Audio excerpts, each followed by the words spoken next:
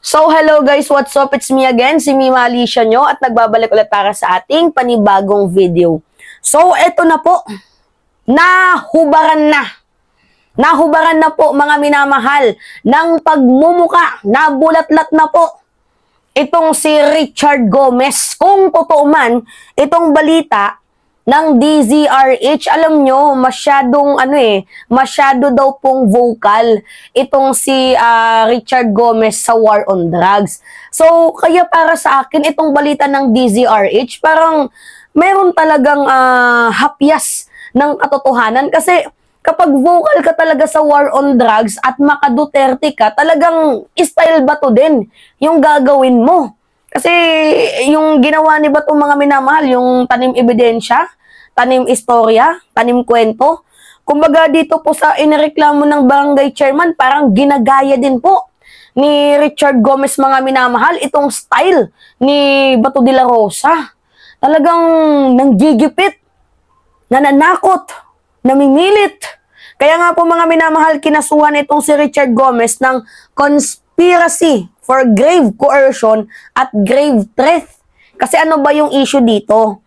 Meron pong isang barangay captain ang nagreklamo dito nga po mga minamahal kay Richard Gomez. To be exact, yung pangalan Darlito Cebelian Nunes.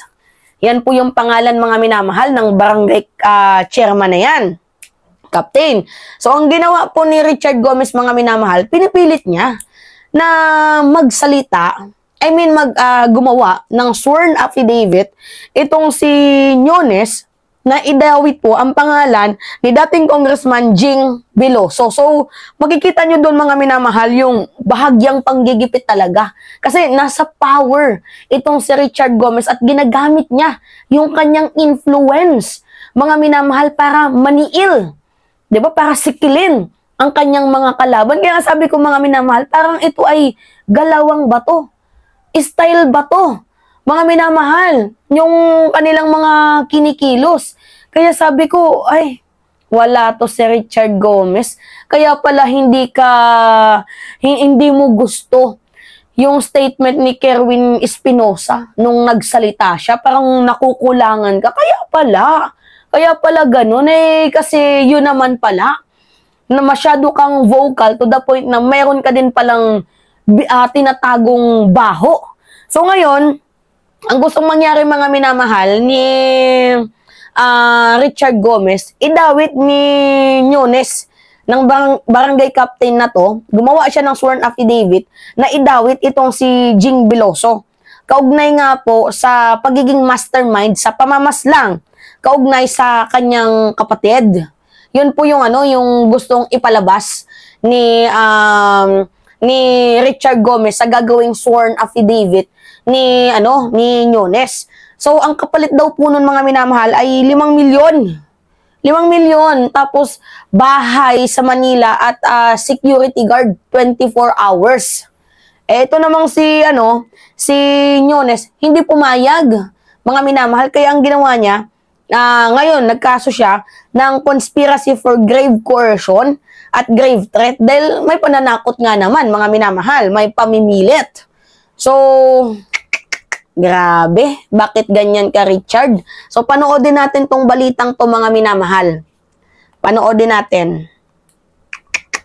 Ako ay nalulula, hubad ka na. Reklamong conspiracy for grave coercion at grave...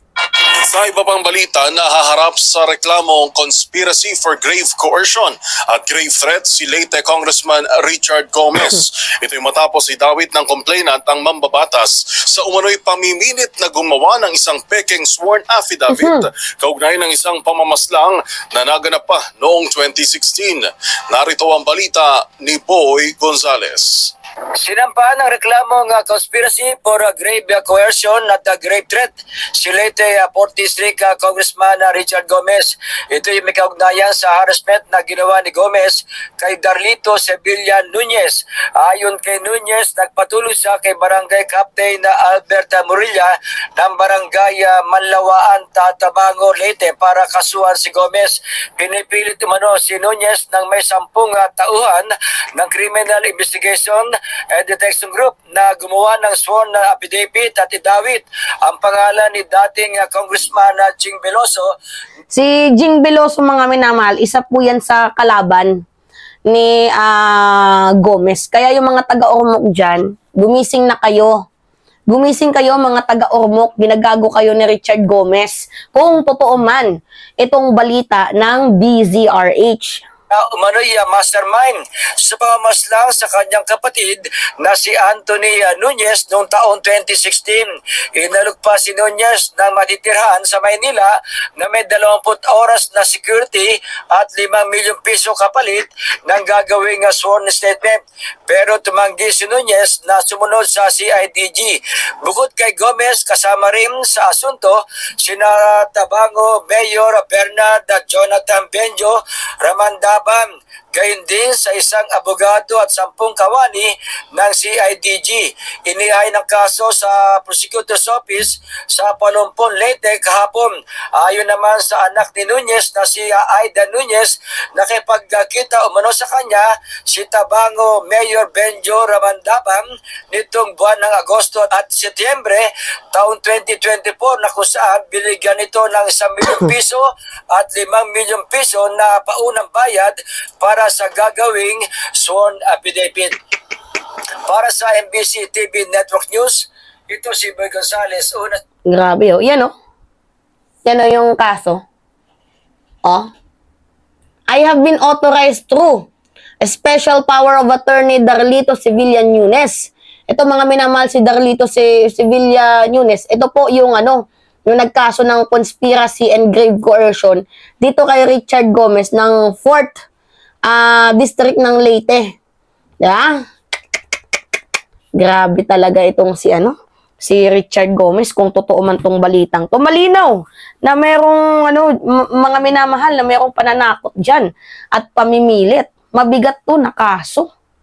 Yeah? Sa sobrang vocal mo sa war on drugs, ang nangyari ngayon, ikaw na yung yung nagiging style bato ka na din pala. Buti na lang nabisto kung totoo man itong balitang to, mga minamahal. Pangit to yung ginagawa ni Richard Gomez. Dito pwede kaya dapat yung mga taga-Ormoc dyan magising na. Magising. Ginagamit ni Gomez yung yung kanyang power, yung kanyang kapangyarihan, yung kanyang position para manggipit ng kanyang mga kalaban. Iba talaga ba sa mga maka-Duterte, no? Mga minamahal. Sabi pa nga nila, same feathers, flocks together. Tingnan mo yung karma. Grabe. Pangit to. Basta talaga mga maka-Duterte, wala talagang gagawing tama no? Puro na lang lahat mali. Tingnan nyo si Bato, si Go, si Padilla, pati yung isang bobong senador na pumatakbo, si Philip. Wala. Hubad ka na, Gomez.